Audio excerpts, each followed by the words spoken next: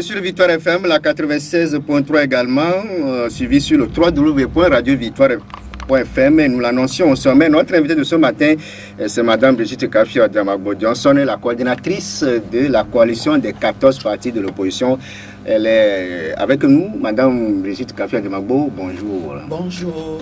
Merci de répondre à notre invitation ce matin. Je vous en prie et permettez-moi de saluer également vos auditeurs et auditrices et de souhaiter une bonne semaine de travail à tous. Oui, une bonne semaine de travail à tous. Mais d'emblée, les Togolais veulent savoir comment se porte la coalition des 14 partis de l'opposition que vous dirigez. Ben, la coalition Gildas se porte très bien et vous me donnez l'occasion de féliciter tous mes collègues parce que nous nous comportons de manière très exemplaire. Responsable aussi. De manière responsable. Et je pense que chacun d'entre nous a conscience de ce que nous traversons des moments très graves et décisifs et que nous sommes investis d'une mission qui est une mission capitale pour les Togolais, une mission dont dépend l'avenir de notre pays, le Togo. C'est l'avenir du Togo qui se joue ces jours-ci, contrairement à ce que d'aucuns pourraient penser. Il n'y a aucun enjeu partisan pour nous.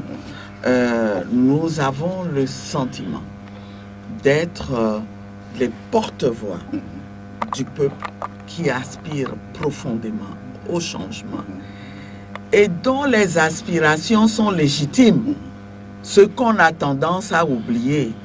J'ai l'impression que le camp d'en face, la minorité qui cherche à banaliser les revendications du peuple, cette minorité-là a tendance à oublier qu'il s'agit de revendications dont aucun acteur, dont personne n'a mis en cause la légitimité. Oui, vous venez de parler des revendications, on va en débattre tout à l'heure, mais avant d'aller à ces revendications au niveau des fonctionnaires, au niveau des enseignants, au niveau du secteur aussi de la santé, vous avez parcouru la ville de Lomé ce matin avant de venir à nos studios ici. Avec cette première pluie-là, quel visage présente la ville de Lomé, Mme Brigitte Kaffi Adjamagbo? Mais écoutez, j'avais l'impression que Lomé dort encore un peu.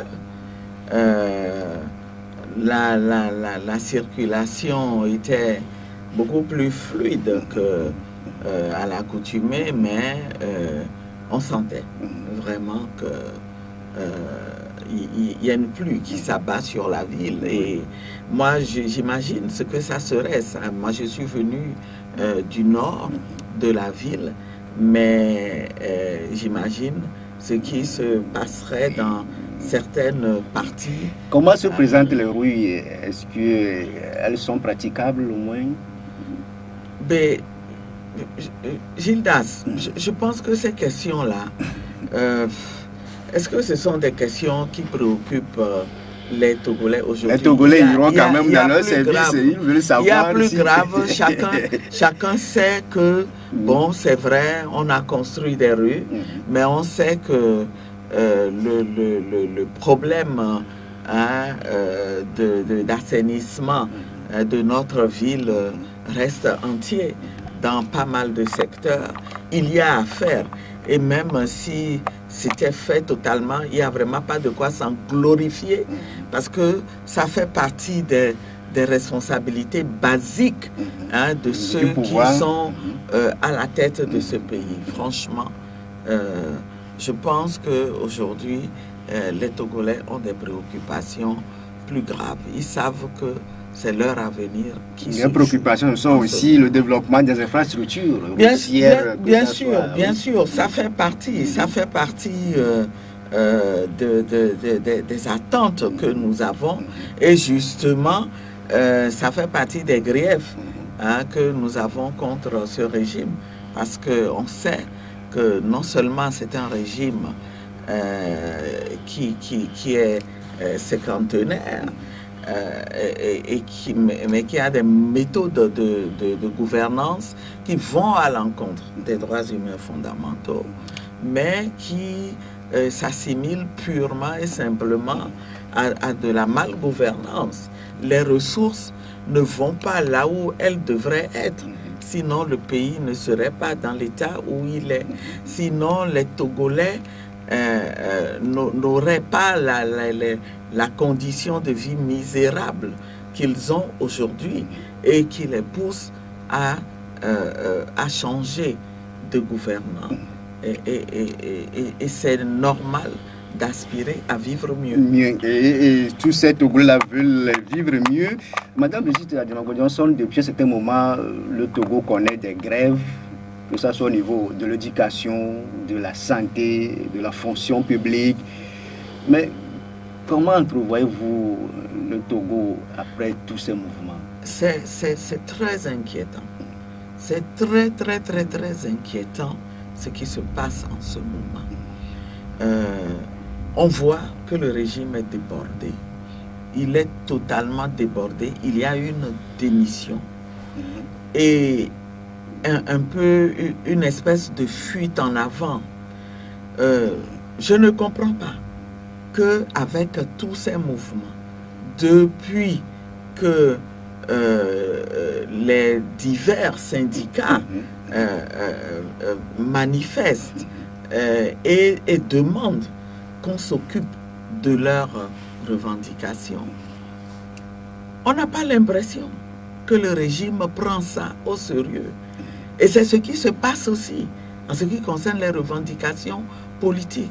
Nous avons affaire à un régime qui banalise tout, qui fait du dilatoire. Mais le gouvernement aussi pense que vous, au niveau de l'opposition, vous manipulez ces différents syndicats-là, parce que parfois leurs revendications sont formulées dans les antichambres des partis politiques et sur le milieu de la fonction publique. Non, mais il y a des éléments objectifs qui montrent que les syndicats ont raison d'entrer en grève.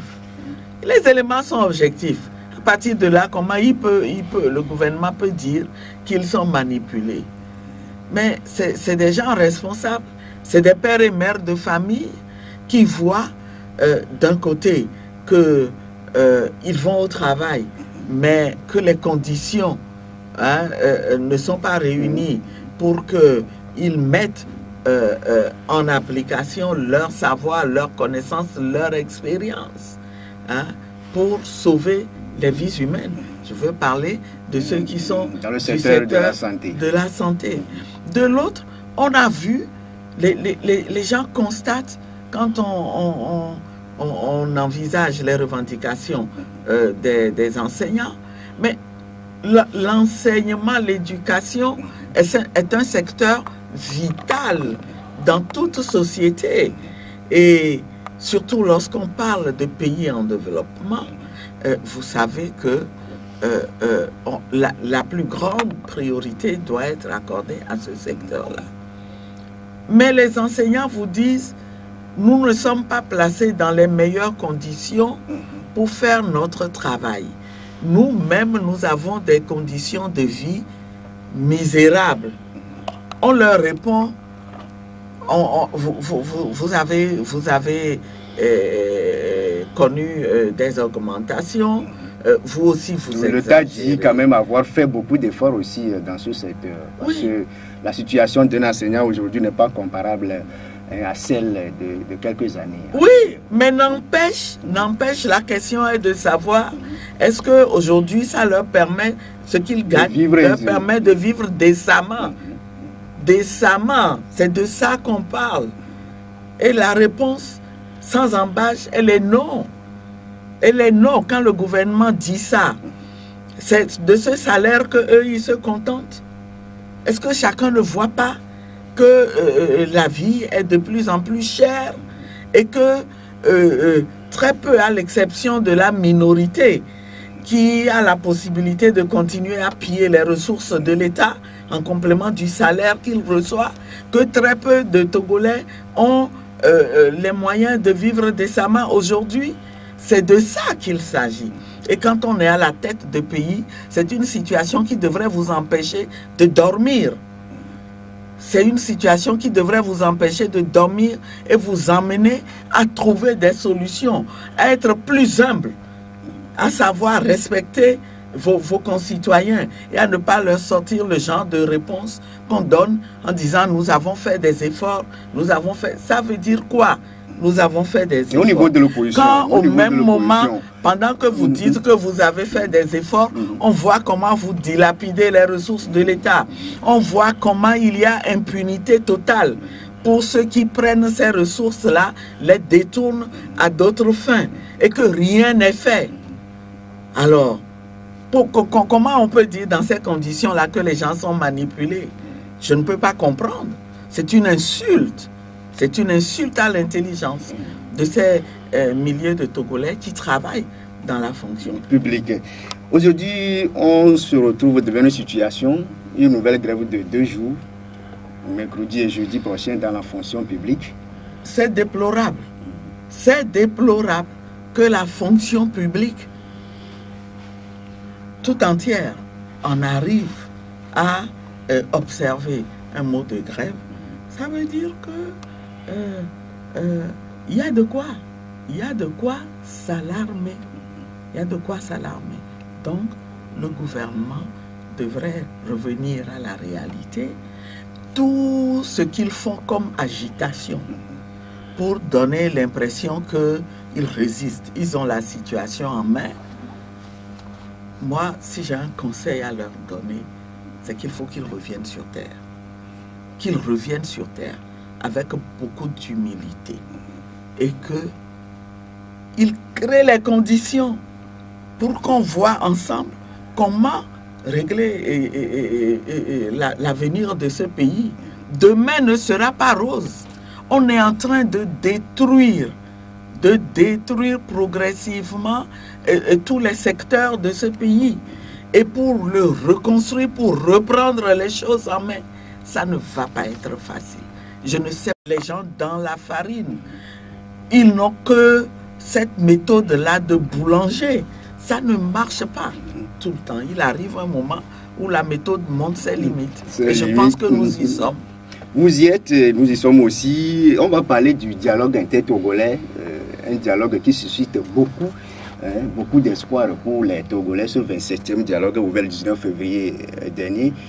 Vendredi, vous étiez au 2e jour de ces pourparlers, mais les travaux sont suspendus. Nous empruntons. À quoi est due cette suspension, Madame Brigitte Kafé-Lemagou? Moi, je vous dirais tout de go que le peuple est déterminé, le peuple qui est souverain est déterminé. Le peuple veut retrouver sa constitution de 92 et le peuple veut que, par application de ce retour-là, qu'on en arrive à obtenir une alternance dans ce pays, un changement de régime. Parce que pour moi, d'ailleurs, on peut dire que l'alternance est un euphémisme. Il s'agit de changer carrément, d'en finir avec ce régime-là. Et en finir avec ce régime passe par un changement à la tête du pays qui va permettre de déconstruire progressivement tout le système. C'est tout un système qui est enraciné, auquel nous avons tous participé d'une manière ou d'une autre, et souvent sans même le savoir, sans même en prendre conscience. Donc ça, il faut que les Togolais le sachent. Le point de départ, c'est le changement des hommes et des femmes. Mais ça va permettre progressivement de déconstruire. Tout a été, tout ce qui a été conçu et qui a eu cours pendant des années. Maintenant, c'est ce que le peuple veut, c'est là où le peuple veut en arriver. Mais ce qui s'est passé dans la salle de négociation au cours des 2 séances que nous avons eues montre que le régime n'a encore rien compris.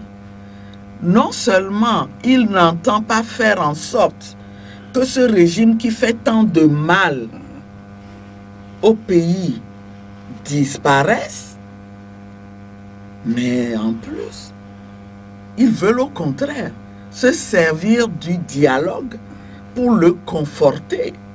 Ce que vous ne voulez pas. Pour conforter le régime. C'est ce que il faut comprendre par cette question-là, cette exigence qu'il pose de la participation à l'élection présidentielle de M. Faure Gnassingbé en 2020. Est-ce que vous pensez honnêtement, Gildas, que cette position-là est acceptable pour les Togolais? Donc ils acceptent au moins ils acceptent le retour et vous disent que bon, le chef de l'État doit quand même être candidat en 2020. Éclairez-nous un peu comment la discussion a été faite Gildas, au niveau de cette constitution, le retour de la constitution de 92. Gildas, Madame, le facilitateur, le président Kane, à qui nous rendons un hommage mérité. Nous aurions aimé avoir un chef d'État de cette stature pour en être fier.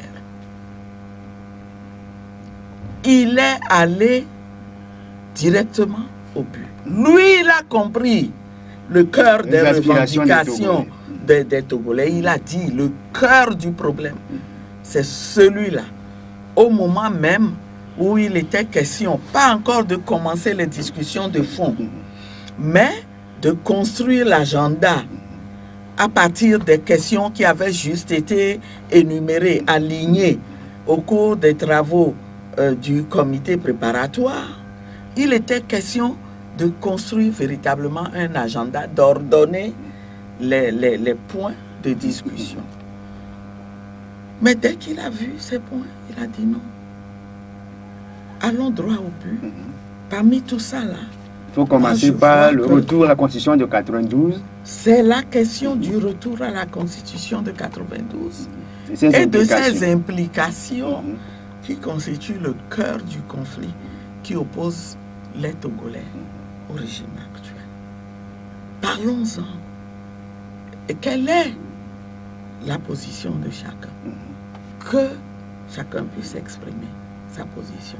C'est de là qu'on en est arrivé à expliquer, en ce qui nous concerne, ce que veut le peuple. Et les représentants, ceux qui incarnent ce régime aujourd'hui qui opprime, appauvrit les Togolais, ont pris la parole pour dire non, que pour eux, ce n'est pas acceptable, ce point. Et grosso modo, leur position, c'est ce que je viens de dire tout à l'heure. C'est ce que je viens de dire. Si le retour doit impliquer que le chef de l'État actuel ne soit pas candidat en 2020, ce n'est pas possible. Est-ce que vous vous rendez compte que pour un individu, que le sort de tout un peuple soit suspendu à celui d'un individu? Gildas, on parle du peuple togolais, on parle d'un pays qu'on met dans la balance. D'un côté, on a l'avenir du pays et de l'autre, une seule personne. Vous vous imaginez. Donc, madame, et ce qui est écœurant, Gildas, c'est que la dernière fois, ils sont allés très fort. Ils sont allés très fort et on comprend maintenant ce régime. On comprend pourquoi. Lorsque les manifestations ont commencé depuis le mois d'août et où les Togolais du nord au sud, de l'est à l'ouest se sont levés pour dire le moment est venu pour que nous tous nous unissions nos efforts pour changer de régime, vous vous souviendrez qu'ils ont tout fait pour que jamais, au grand jamais, à Kara, il n'y ait plus de manifestation. On a bastonné, on a étranglé, on a tout fait pour que ceux qui voulaient manifester, la majorité qui voulait manifester, ne manifeste pas dans la ville de Kara. Et on comprend qu'on ait tout fait pour étouffer Mango, Bafilo, Sokodé. Parce que l'argument que le régime sort en ce moment et qui est dégoûtant, c'est que aujourd'hui, le conflit, c'est un conflit nord-sud. Franchement, nous en étions bouche bée. Nous en étions bouche bée quand ils ont sorti ça. Qu'on ramène le débat à ce niveau aujourd'hui, le Togo n'en est plus là. Donc, si on comprend bien, madame, il y a blocage. Il y a blocage et on sort toutes sortes d'arguments. On a voulu démontrer que la constitution pour laquelle les Togolais ont voté à au moins 98%, que cette constitution était une constitution de la haine. Parce que les universitaires, les juristes quand même ont dit que ce n'est pas possible de retourner sur cette constitution-là. Les universitaires l'ont dit quand même que c'est impossible de retourner à cette constitution de 92. En disant ça, ces universitaires, franchement, je ne sais pas ce qui leur est passé par la tête. S'ils sous-entendent que le mécanisme juridique pour le faire n'existe pas, je prends la responsabilité de dire de deux choses l'une. Ou bien ils sont nuls, vraiment nuls comme universitaires. C'est trop dur. Ou bien ils ne sont pas objectifs. Et honnêtement, quand on est un intellectuel, quand on est quelqu'un qui est censé maîtriser une science donnée, vraiment, quand on arrive à ce poste-là, il faut savoir qu'on y est arrivé parce qu'on le mérite. Et il faut montrer qu'on le mérite. Cela suppose qu'on ne se laisse pas corrompre par quelque considération que ce soit. Ce que vous pensez, ils se basaient sur le droit, sur ce qu'ils ont appris. Sur quel droit? Sur quel droit? Je suis juriste, moi aussi. Je suis privatiste. Et j'ai l'humilité de me réserver parfois quand il s'agit de questions d'ordre constitutionnel. Mais le droit a un fond.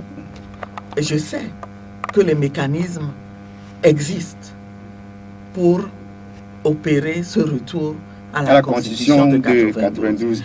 Toute la question est de savoir est-ce qu'on a la volonté de le faire. Et est-ce qu'on, pour avoir cette volonté, il faut qu'on ait compris que nous vivons des moments graves. Et je dis que le régime n'a pas compris qu'on vit des moments graves. Mais je prie pour que ce ne soit pas trop tard pour nous tous.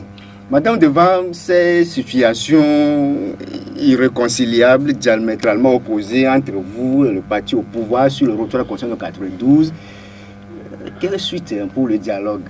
Gildas, ne parlez pas d'opposition entre nous et le parti au pouvoir. Parlez d'opposition entre l'immense majorité du peuple et la minorité qui veut préserver ses intérêts. C'est tout. Tout le reste n'est que habillage, n'est que agitation. Et quand vous me demandez quelle issue, comment on voit l'issue, mais moi je ne le vois pas autrement que par le triomphe des revendications du peuple. Le peuple qui reste déterminé. Je reviens d'un week-end et j'étais à l'intérieur du pays.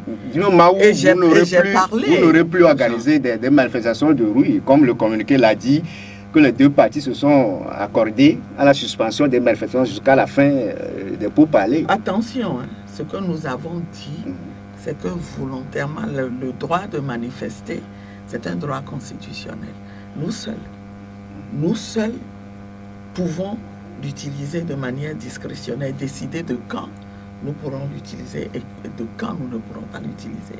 Dans la salle, la dernière fois, j'ai posé la question clairement au facilitateur, au président Nana Ado.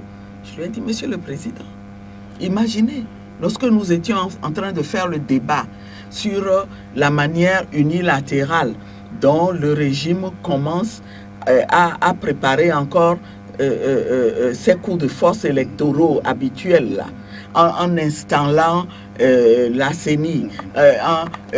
On nous montre chaque jour que la CENI a fait ci, la CENI a fait ça.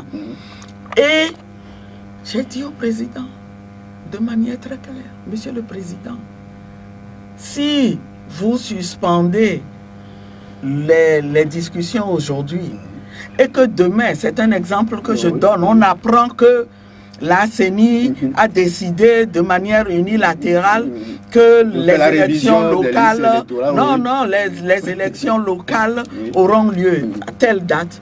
Ne soyez pas surpris de voir que les rues seront inondées de monde, envahies dans tout le Togo. Et c'est un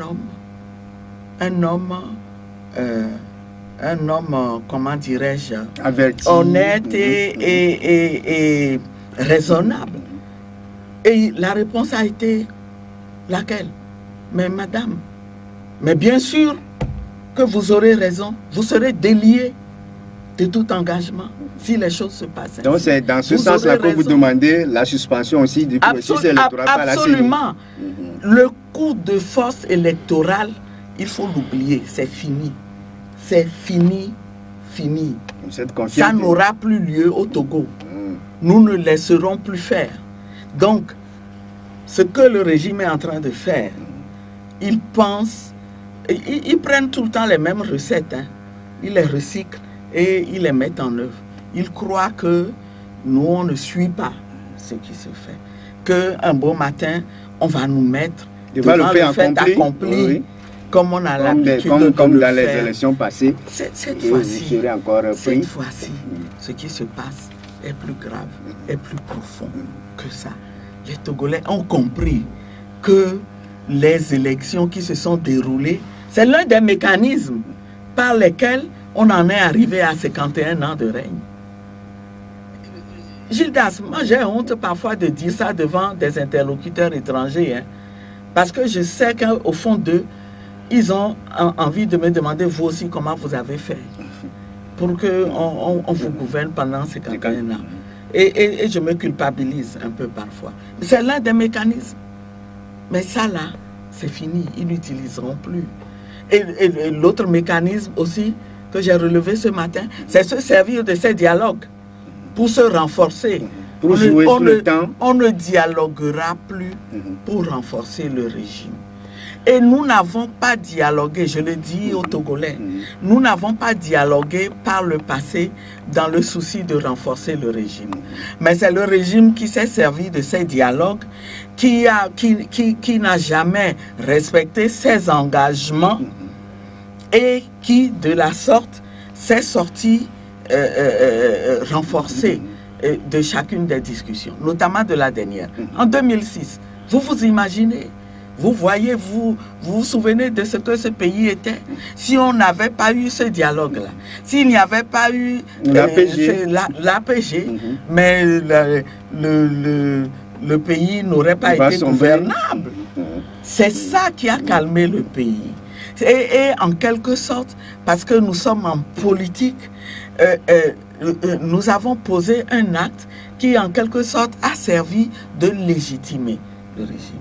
Mais au lieu d'en être reconnaissant et de dire, bon, au moins, il y a des engagements que j'ai pris.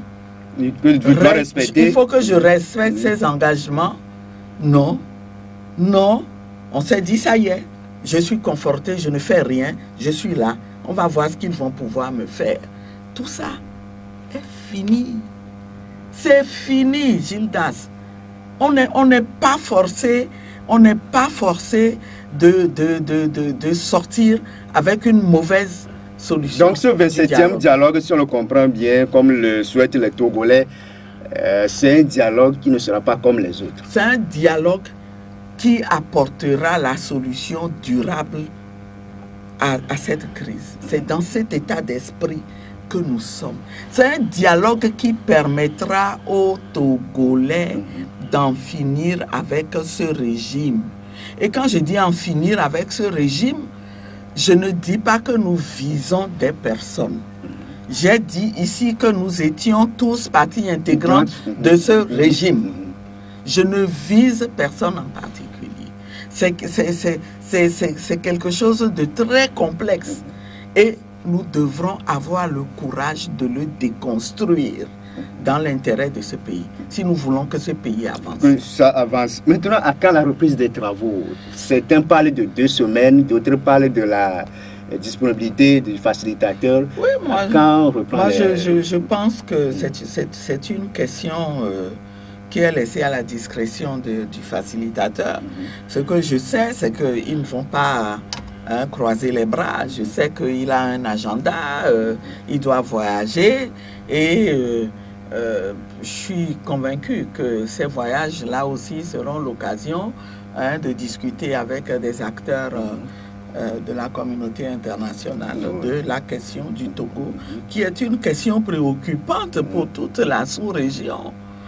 Et ce qu'il nous a dit aussi, c'est de nous tenir prêts pour des consultations bilatérales.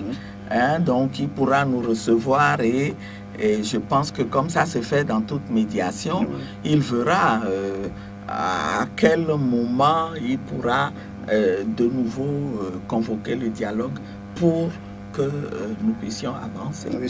Accepterez-vous continuer les travaux sans lui parfois? Est-ce que vous pouvez vous retrouver entre vous sans la facilitation? Attendez, c'est de la pure fiction. Vous avez vu ce que ça a donné, vous avez vu pourquoi nous pensions qu'on ne pouvait pas mener cette discussion entre Togolais.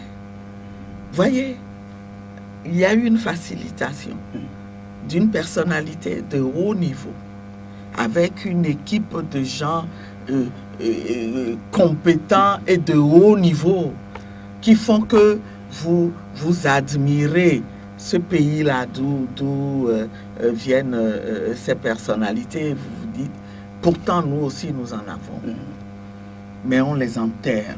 On fait tout pour les enterrer. On ne sort que la médiocrité qu'on montre à la face du monde, comme si nous n'étions qu'un pays de crétins. Vous avez vu, malgré ça, nous n'avons pas pu avancer. Dans les discussions. Il faut avoir le courage de le dire. Donc vous imaginez que à chaque fois que vous allez vous retrouver, Togolais, il devait être là. On ne pourra pas du tout avancer. Hier, vendredi, vous avez quand même parlé de la Constitution de 92 et puis vous avez évalué aussi les mesures d'apaisement. Ces mesures d'apaisement, c'est vrai que vous avez demandé la libération de certains détenus dans les manifestations, des affaires, des incendies. Vous avez annoncé 102 comme détenus à libérer. Le gouvernement parle de 92 et le chef de l'État a gracié 45. Au jour d'aujourd'hui, par rapport à ces mesures d'apaisement, est-ce que vous êtes satisfait? Bien sûr que nous ne sommes pas satisfaits. Nous sommes contents de ce que certains Togolais injustement détenus aient retrouvé la liberté. Mais nous devons faire en sorte que tous ceux qui n'ont pas leur place dans nos prisons puissent quitter les prisons. Nous le disons, il y a des gens qui devraient se retrouver en prison, mais qui sont libres aujourd'hui. Alors pourquoi est-ce que des innocents sur lesquels on a mis la main, eux, on les laisserait croupir en prison? Donc, c'est une question qui nous tient à cœur. Nous en avons longuement discuté parce que entre les deux suspensions, entre lundi et vendredi, nous avons fait le point et nous avons jugé utile que la coalition écrive à nouveau au président pour attirer son attention sur la nécessité de faire en sorte que tel que c'était prévu dans le communiqué qui a sanctionné la séance du lundi, que le gouvernement fasse diligence pour que, avant la reprise du vendredi, ces questions puissent être résolues. Donc, naturellement, dès que le facilitateur a reçu le courrier, il a voulu commencer la séance du vendredi par cette question. Alors, ça a été l'occasion de faire le point. De faire le point, et nous, notre point focal à la coalition pour ces questions de mesures d'apaisement, c'est Maître Apevon, qui s'est constitué dans le dossier de pas mal de détenus. Et donc, il y a eu des échanges, mais encore une fois, à un moment donné, le président ghanéen a dit quelque chose qui a montré que c'est un homme plein de sagesse. Il a dit, de son point de vue, tous ces arguments techniques que le gouvernement avance pour retenir les gens encore en prison. On fait la distinction entre ceux qui font l'objet de mesures de procédures correctionnelles et ceux qui font l'objet de procédures criminelles. Et parmi les correctionnels, ce ne serait pas présenté ce qui aurait justifié qu'on retienne d'autres, et puis en venant aux criminels, la nécessité de passer par-ci, de passer par-là, ensuite de réunir la cour d'assises. Il a dit non, tout ça est trop technique. Nous sommes sur un terrain politique. Donc il faut aller directement au but. Je vous exhorte à avoir une approche politique. Il s'agit d'apaiser, de créer un climat de confiance. Est-ce que c'est cette approche technique qui est la mieux indiquée? On va l'évoquer aussi, surtout le cas des membres du mouvement Nuboké. Pourquoi jusqu'au jour d'aujourd'hui ne sont pas libérés? Mais on va marquer la pause. Nous évoquons avec la coordinatrice des 14 partis de l'opposition le dialogue inter-togolais et son lendemain. Et Madame Brigitte Adjamon-Johnson, vous disiez tout à l'heure que vous n'êtes pas satisfaite de la résolution apportée aux mesures d'apaisement. 45 personnes ont été graciées par le chef de l'État. Est-ce qu'au jour d'aujourd'hui, les 45 sont totalement libérés? Vous avez le nombre exact de vos militants libérés aujourd'hui? Non, 45 n'ont pas été libérés. Je vous ai dit tantôt que celui qui maîtrise ce dossier des mesures d'apaisement, c'est Maître Apevon. Et d'après le compte qu'il nous a fait, il n'y a pas eu 45 de libérés. D'ailleurs, le chiffre 45 là même semblait être une erreur. En réalité, c'est 42 qui devaient être libérés. Et bon, on a parlé de 45. Je ne sais pas d'où l'erreur est venue. Mais ce qui nous préoccupe surtout, c'est que nos chiffres au niveau des détenus en général ne concordent pas encore avec ceux du gouvernement. Donc, vous parlez de 102, le gouvernement parle de 80. Voilà, donc c'est un travail qu'il faut faire. C'est un travail qu'il faut encore faire avec le gouvernement. C'est un dossier qu'il faut suivre. Mais ce qui est sûr, nous veillerons à ce que tous ceux qui sont détenus soient effectivement libérés. Et si jamais il y avait des disparus, nous en ferons un sujet d'interpellation. Vous imaginez quand même pas que nous nous taisions sur un problème aussi grave s'il était confirmé. Parce qu'on parlait de 10, il y a un manque de 10 personnes là entre vous et le gouvernement. Maintenant, parlant des militants du mouvement Nuboké qui sont toujours en détention, que reproche-t-on à ces militants? Ce qu'on nous a expliqué, c'est qu'ils font partie du lot de ceux qu'on considère qu'ils relèvent d'une procédure criminelle.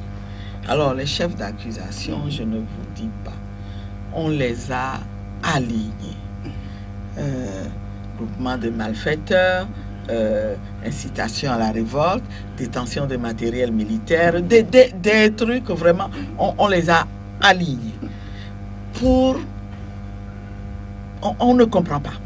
On ne comprend pas quels sont les faits réels derrière ces accusations. Donc ils seront jugés avant leur libération. Ben, c'est dans cette logique que se situe le gouvernement. Et c'est justement au sujet de ce groupe-là de détenus que le facilitateur faisait observer que, à son avis, c'est pas une logique technique qu'il faut utiliser. Il faut se situer dans une vision politique. Donc pour l'apaisement, voilà. Il faudrait et qu'il on soit espère libéré. que ce plaidoyer du facilitateur sera entendu. On va permettre à ceux-là qui nous suivent de réagir sur le 22, 21, 80, 99, le 92, 02, 80, 63. Nous sommes avec Mme Brigitte Kafi Adiamago Johnson. Elle est la coordinatrice des partis, les 14 partis de l'opposition qui sont en dialogue actuellement avec le pouvoir par rapport à la sortie de crise que traverse le Togo depuis 6 mois. Et parlant du président du PNP, on a entendu qu'il sera au dialogue. Est-ce que sa présence aussi ne fait pas partie des mesures d'apaisement? Oui, disons que dans les mesures d'apaisement, nous avons mentionné la question essentielle de sécurité. De sécurité d'abord au sens large, dans la mesure où nous avons pensé... Gardez le fil de la réflexion, prend M. Lonson. M. Lonson, bonjour. M. Lonson, il est parti sur la pointe des pieds. M. Lonson, 22, 21, 80, 99, le 92, 02, 80, 63, pour réagir, pour intervenir dans cette émission et poser toutes vos questions à Mme Brigitte Kafi Adiamago Johnson. Elle est la coordinatrice de 14 partis de l'opposition. Auditeur, bonjour. Allô, bonjour. Oui, à qui est-je honneur? Allô? Francis. Allez-y, monsieur Francis. Bonjour, madame. Bonjour. Je suis très fier que vous soyez juriste. Parce que j'ai appris que vous avez enseigné à la faculté de droit à l'université également.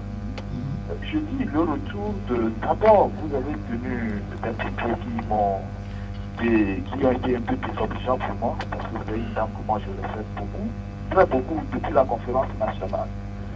Et je dis que quand vous avez dit que vous allez en finir avec le régime, bon, vous avez essayé de payer en apportant des explications, mais moi, vous ne voyez pas que c'est trop parler.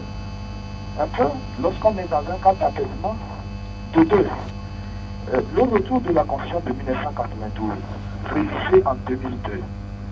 Bon, est-ce que, en tant que juriste, vous croyez qu'on peut opérer ce retour? Est-ce qu'il n'y a pas lieu d'aller à autre chose que d'exiger toujours que ce soit ce retour-là qui nous fait regarder aujourd'hui? Voyez la situation économique du pays. Merci beaucoup à vous, Francis. Derrière vous, c'est Komi. Komi, bonjour. Oui, monsieur Gidas, bonjour. Comment vous allez?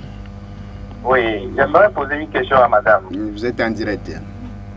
Ah oui, vous savez très bien que le Togo a pas 14 partis politiques. Et dans ces derniers moments, je sens une frustration de part de certains partis ou bien certains opposants pour le fait qu'ils font cavalier seuls et qu'on ne les écoute pas. Est-ce qu'il ne faut pas, à la fin du dialogue, organiser les états généraux de l'opposition pour que le gouvernement en place puisse mieux travailler? Parce que vous savez avec moi que lorsque vous avez une bonne opposition dans un pays, les choses bougent mieux. Mais quand vous êtes dispersé de gauche à droite, le gouvernement en place se dit, je peux faire, je passe à tout le monde et que je peux résister pendant longtemps. Merci beaucoup, Komi. Monsieur Lonson est là. Monsieur Lonson, bonjour. Oui, bonjour, Village. Comment vous allez? Ça va bien et vous-même? Ça va, nous vous écoutons. Je salue votre invité. Bonjour, monsieur Lonson. L'Éternel, Dieu Tout-Puissant, les assiste pour ce travail vraiment, je ne sais pas comment les qualifier, ils sont en train de faire pour remettre notre cher pays, le Togo, qui nous a tant donné, qui nous donne tant et qui continuera à tant nous donner, de les mettre sur les rails. Vous savez, Gildas, je pense que moi particulièrement, je suis sidéré que vraiment lors du dialogue, ils ne sont pas bloqués sur le départ immédiat du chef de l'État et que c'est sur sa participation ou non en 2020. Comprenez ça? On a l'habitude de dire qu'un général ne part jamais en guerre s'il n'est pas sûr de la gagner, même s'il arrivait qu'il la perde. Parce qu'un général qui veut déclencher une guerre, c'est qu'il a mis les stratégies nécessaires pour la gagner. Si le chef de l'État actuel qui est allé jusqu'à 2020 et continuer, est-ce que c'est pour aller accepter, s'il est battu, il va appeler son adversaire, lui serrer la main, le féliciter. Ce serait un grand danger pour le Togo. Et ça, je dis franchement, ça je le dis aux participants au dialogue. Merci. Oui, rapidement. Oui, merci. Oui, merci beaucoup. On prend derrière vous Trinidad. Trinidad, bonjour. Bonjour mon frère, comment ça va? Ça va bien. Oui, bonjour madame. Bonjour, monsieur. Oui, ok, mes félicitations d'abord. C'est pas facile. Bon, moi, je souhaiterais que, comme les gens ne vous font pas confiance, que le retour à la Constitution de 92 peut être effectif. Présentez-leur un chemin de retour à la Constitution de 92. J'espère que c'est dans cette Constitution que nous sommes toujours. Il suffit de ramener seulement les choses qu'ils ont enlevées. Présentez-leur un chemin et montrez ça au public. Présentez ça, un chemin de retour. Et s'ils ne sont pas d'accord, là, le peuple togolais en visera. De ne permettre jamais qu'un autre groupe rentre dans votre groupe. Laissez ceux qui disent que vous êtes minorité dans le groupe là. Soyez minorité et nous vous soutenons. Merci beaucoup à vous, Trinidad. C'est tout pour les interventions. On va permettre à notre invité de répondre à toutes ses préoccupations. Mais avant, vous disiez entre-temps que parmi les mesures d'apaisement, il a été aussi noté les mesures sécuritaires des acteurs politiques aussi. Absolument. Pas seulement des acteurs politiques, parce que nous avons posé le problème de la sécurité de manière large. Nous sommes en train de discuter. Nous avons besoin que même les citoyens se sentent en sécurité. Qu'il y ait dans le pays un climat de sérénité.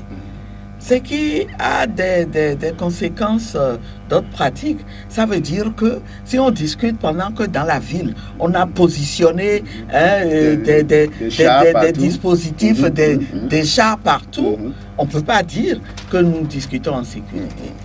Il faut que le dialogue lui-même soit sécurisé. Nous nous connaissons dans ce pays. Nous pourrons être en pleine discussion et avoir la surprise de recevoir des visites de gens en armes. Là, ça s'est passé récemment. À la CVJR, merci beaucoup. Merci beaucoup. Ça s'est passé récemment. Et ces actes-là ne sont pas de nature à permettre de discuter en sérénité. Ensuite, la sécurité des acteurs qui sont représentés dans la salle. Nous avons posé tous ces problèmes-là et posé en particulier celui de M. Tipi. Mais les représentants du gouvernement, lorsque les discussions avaient lieu en comité préparatoire, ont encore une fois essayé de blaguer, de banaliser ces questions. Mais bon, finalement, ce qu'ils ont dit, c'est que le gouvernement avait déjà annoncé qu'il se tenait à la disposition des acteurs qui ont besoin de mesures particulières de sécurité. S'ils en font la demande, ils les auront. Mais la question est de savoir, est-ce que en la matière, il ne vaut pas mieux se confier à la sécurité de Dieu? C'est pour ça qu'il n'est pas là. Revenons maintenant aux préoccupations des auditeurs. Francis l'a dit, qui vous a quand même vu très désobligeante envers les autres partis, parce que dire qu'il faut finir avec le régime, et surtout avec, vous êtes un juriste, mais le fait de dire que bon, on peut toujours revenir à la Constitution de 92, lui il a voulu que vous éclairissiez un peu. Alors, d'abord, je voudrais le saluer, Francis, ce compatriote qui a appelé, et lui dire que je n'ai pas l'habitude d'être outrancière dans mes propos. Et si j'ai utilisé l'expression en finir avec un régime, je ne l'ai pas fait pour choquer qui que ce soit. Je l'ai fait parce que c'est quelque chose. Le régime, ce n'est pas des hommes et des femmes que nous visons. C'est un système. C'est un système que nous tous, nous avons contribué à maintenir. D'une façon ou d'une autre. D'une façon ou d'une autre. Et si nous faisons le constat, 51 ans après, que l'intérêt même de ceux qui ne perçoivent pas encore qu'on doit mettre fin au régime. Je l'ai dit, je n'ai pas d'autre mot que d'utiliser en finir. Il faut mettre quelque chose ensemble. Je ne veux insulter personne, je ne veux choquer personne. Maintenant, le retour à la Constitution de 92. Pourquoi ne pas aller à autre chose? Pourquoi, moi, aller à autre chose? Je vous dis que ce serait une solution de fuite en avant. Parce que si nous voulons aller à autre chose, à un moment donné, la difficulté que nous avons ici, en voulant restaurer ce que nous avons tous approuvé à presque 100%, nous allons la retrouver là-bas. Pourquoi les gens s'y opposent? Faisons les analyses, les gens s'y opposent parce qu'ils pensent qu'ils doivent rester indéfiniment au pouvoir. Et cher compatriote Francis, si en voulant aller à autre chose, c'est autre chose là, les gens vont le vouloir de sorte qu'il les aide à se maintenir encore. Alors pourquoi moi je ne suis pas adepte de la fuite en avant. Je suis adepte de régler les problèmes. Du réalisme, quand il se pose et puis on est tranquille, le pays avance. Pour le commis, c'est vrai qu'il y a une centaine de partis au Togo, mais vous êtes aujourd'hui 14. Pour lui, il faut faire les états généraux de l'opposition pour être encore soudés, pour faire face au régime. Les états généraux de l'opposition. Non, mais avant même l'idée d'états généraux, il dit que il y a des partis qui sont frustrés. Hein? Mais je pense qu'il a raison.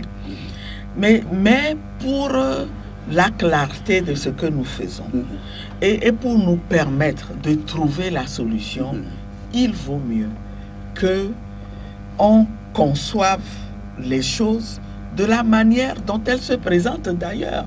C'est-à-dire que le peuple s'est levé. Les partis se sont constitués. Ceux qui pensent que le peuple a raison de se lever, ils se sont constitués en coalition. Au départ, tout était ouvert pour tout le monde. Les gens sont venus. On s'est constitué. Maintenant, en face, on a le camp qui incarne les tenants du régime, ceux qui tiennent à ce que le régime soit maintenu. On dit, mais pour la clarté des choses, il faut les deux camps. Maintenant, si vous vous situez, quand vous êtes parti politique, vous vous situez par rapport à ces deux camps-là. Aujourd'hui, je suis désolé de le dire, ce n'est pas une manière de voir les choses le manichéisme, je ne suis pas d'accord, mais on ne peut pas être au centre, il faut choisir son camp. Donc si vous êtes du camp de ceux qui veulent maintenir le régime, vous pouvez vous retrouver dans leur délégation. Mais vous ne fermez pas la porte quand même à de nouvelles adhésions. Chez nous, on ne ferme pas la porte non plus, vous pouvez vous retrouver dans, par exemple, en dehors des 14, nous travaillons avec d'autres partis qui sont des partenaires. Nous travaillons avec le NI, dirigé par M. Dossé-Agneron. Nous travaillons avec le PADAT, qui est dirigé par M. Bénissan Norbert. Et donc, nous les consultons. Et puis, il y a quelque chose que nous avons regretté amèrement. C'est quoi? Et dont je veux parler ici. Je vous assure que lorsque nous avons reçu un jour l'ambassadeur du Ghana, qui nous a expliqué que le facilitateur avait une démarche et que quand il viendrait le 18 février là, qu'il comptait organiser un forum au cours duquel il allait discuter et entendre d'autres acteurs de la société civile, de partis politiques, qui eux aussi ont leur vision du problème que nous vivons. Mais je me suis dit à moi-même, mais c'est tellement pertinent comme démarche. Et il a expliqué ça par le fait que le président estimait qu'il lui faut comprendre en profondeur le problème togolais. Et donc, ils nous ont demandé, moi je ne connais pas les acteurs, c'est vous qui les connaissez. Vous, coalition des 14, donnez-moi une liste d'acteurs de la société civile et de partis politiques, de personnalités invitées. Le gouvernement aussi me donnera une liste d'acteurs invités. Nous nous sommes attelés à faire ce travail-là et à faire en sorte que les Togolais puissent être entendus, ce qui aurait été une manière de faire une ouverture à la participation au débat d'un maximum d'acteurs. Mais nous avons entendu dire que finalement, le gouvernement n'a pas donné sa liste et que cette activité-là a été supprimée. Est-ce que c'est normal? Mais c'est les mêmes qui disent vous n'êtes pas inclusif. Est-ce que ça, ce n'est pas l'inclusivité? On ne peut pas dire une chose et faire son contraire. Nous avons été surpris par la chose. Maintenant, si mon compatriote qui a intervenu dit qu'il y a des acteurs qui auraient pu se retrouver dans ce que revendique le peuple et avec lesquels il faut que nous nous arrangions pour travailler, aujourd'hui ou même après, quand le problème sera résolu, nous on est prêts. Et son idée d'état généraux devait quand même se concrétiser. Ouais. En aucun cas, nul ne peut exercer plus de 2 mandats. C'est la portion là dans la Constitution qui fait aujourd'hui débat. Et pour notre ami Trinidad, il faut maintenir cette portion-là. Aujourd'hui, est-ce que cette portion-là, vous êtes sûr, vous confirmez au Togolais que cette portion-là va rester dans cette Constitution? Absolument, elle restera. Elle restera.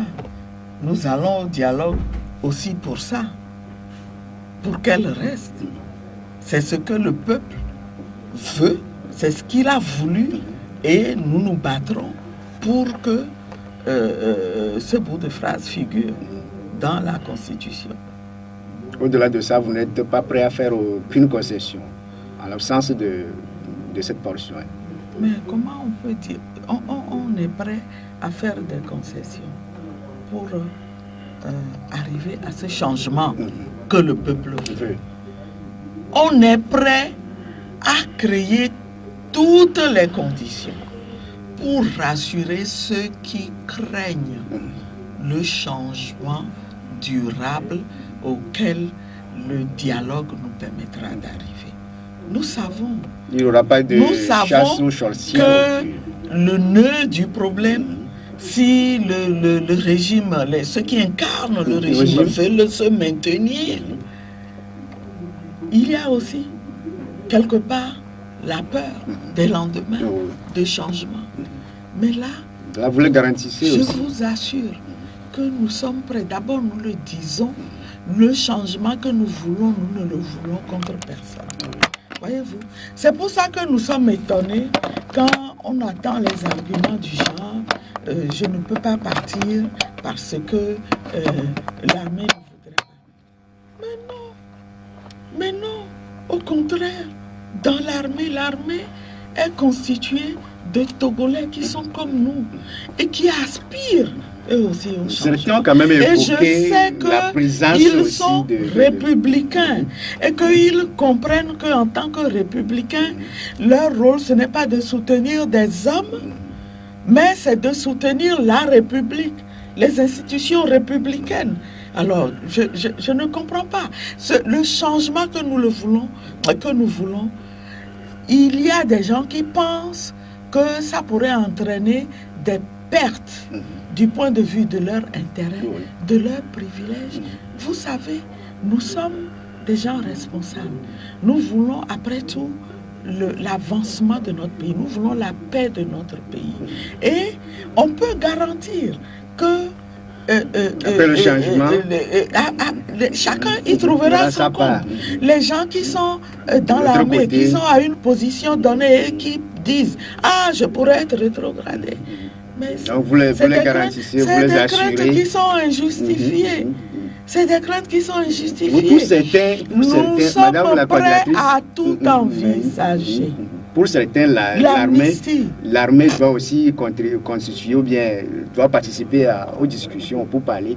Est-ce que vous le jugez aussi Non, l'armée ne souhaite même pas participer aux discussions. L'armée n'a pas vocation à s'immiscer dans les questions politiques. Alors pourquoi voulez-vous que l'armée participe aux discussions? Pourquoi? En tant qu'individu, en tant que Togolais, ils ont des aspirations, je l'ai dit tantôt, qui sont des aspirations portées aussi par les autres Togolais. Alors, nous travaillons aussi pour eux. Pourquoi voulez-vous en faire un cas particulier? Nous sommes presque... C'est à ceux qui instrumentalisent l'armée de comprendre qu'ils doivent arrêter d'instrumentaliser l'armée. Madame, nous sommes arrivés à la fin de notre émission. Est-ce qu'il y a espoir pour les Togolais que ce 27e dialogue portera des fruits? Moi, ce que je veux dire aux Togolais, c'est qu'ils doivent garder l'espoir. Un peuple finit toujours par obtenir ce qu'il veut. Nous l'obtiendrons par le dialogue ou alors nous continuerons à lutter. Et c'est le lieu de dire à mes frères et sœurs togolais, en l'état actuel du dialogue, le régime dit non seulement moi je ne veux pas partir maintenant,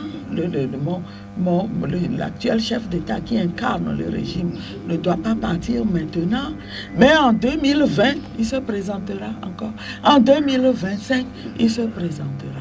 Donc c'est quelque chose d'inacceptable pour nous. Je leur dis alors avons l'été pour que nous puissions obtenir ce que nous voulons. Voilà. Merci beaucoup à Madame Brigitte Kafi Adjamago-Johnson, la coordonnatrice des 14 partis de l'opposition, d'être passée dans cette émission. Merci à Kwaku le Parisien pour la mise en réalisation signée Vidal Kofi Anani et Nessi Nakogo. Merci à tous nos amis de la Gazette du Togo, à Fo Kwaku qui est avec nous dans ce studio. On se dit très bientôt, mais à 9h, Jacob Ahama sera là avec vous pour la version Mina. Portez-vous bien sur la chaîne de l'excellence. Bonne semaine à toutes et à tous. La Gazette du Togo, une vision sur l'actualité togolaise et sur le monde. Rejoignez-nous sur le www.lagazettedutogo.com ou sur nos comptes Facebook, Twitter et YouTube. Pour tout contact, écrivez à contact@lagazettedutogo.com ou appelez le 92 80 88 53. La Gazette du Togo, c'est l'information en continu.